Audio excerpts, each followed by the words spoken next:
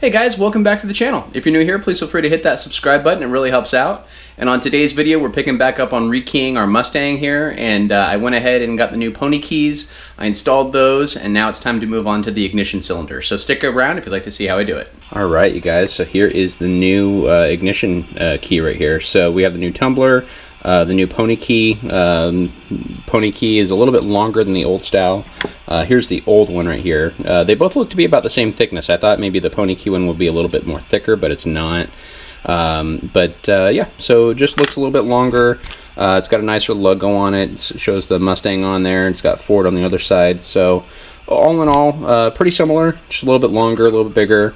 Thickness again is about the same. So I don't know, I like it. It's a little bit, just feels a little more nicer than the small one did. So we'll go ahead and we'll get this one installed now.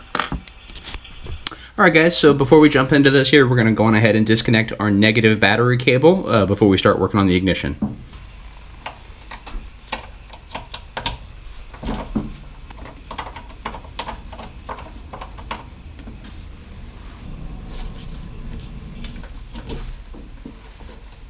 Alright guys, so before we go into the car here, I wanted to show you on the ignition right here where the key goes, there's a little hole down here, and from my understanding, in order to get the old one out and the new one in, you will need a little pin or something to go inside of this hole to release it so you can turn it the full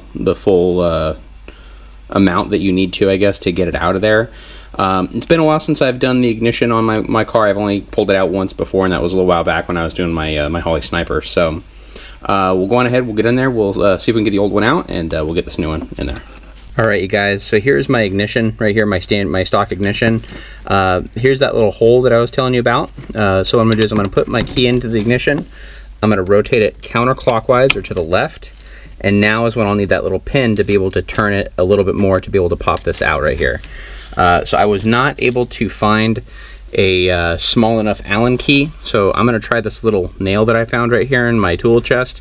So we'll see if that works, and if it does, I'll be able to pop this on out right here.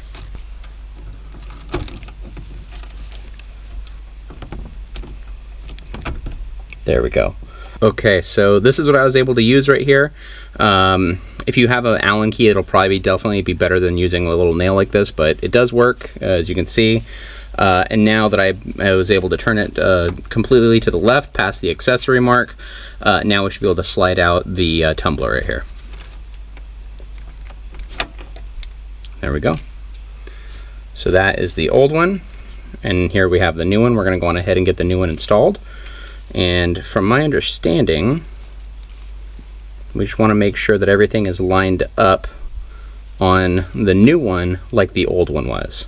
You may have to play around with a little bit right here, but again, you want to try and get it exactly how your old key is, from my understanding, to be able to get it to slide on in here. So let me play with this a little bit more here and see what I can do. Alright guys, back up here on the bench, I was able to take this this little nail that I had right here. Again, if you have a small enough Allen key, I would definitely recommend using that. I just put a bend on this nail though, and held it with some pliers, and was able to get it in the hole right here, enough to push it in to rotate the key around. So now that I did that, I'm just going to make sure that these are in the same orientation. So you can see the holes on the bottom on both of these, and then when we look up at the top part right here, it looks like they're just about in the same orientation. So we'll try installing this one now with it like that and see if it'll go. Alright guys, so let's try and get this new key installed here. So I'll just try and slide her on in like this. There we go. Now we should be able to just turn and turn, and we are set guys. So there is our new ignition in there. Looks like it works pretty good, goes backwards, and that should be it. So we'll go on ahead, we'll get the battery hooked up, and we'll give her a test and see if she starts up here. Alright, so now that we got the ignition installed, we're going to go on ahead and reconnect our negative battery cable. Alright guys, so we got everything hooked back up. Let's see if it fires off here.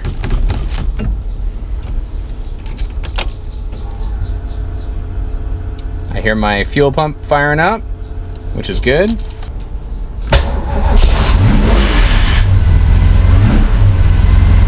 There we go guys, it works.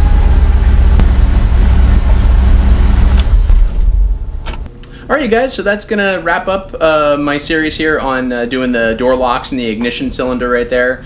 Hope you guys enjoyed the video. If you did, please like it and give it a thumbs up and subscribe to the channel, and we'll see you in the next project. Thanks.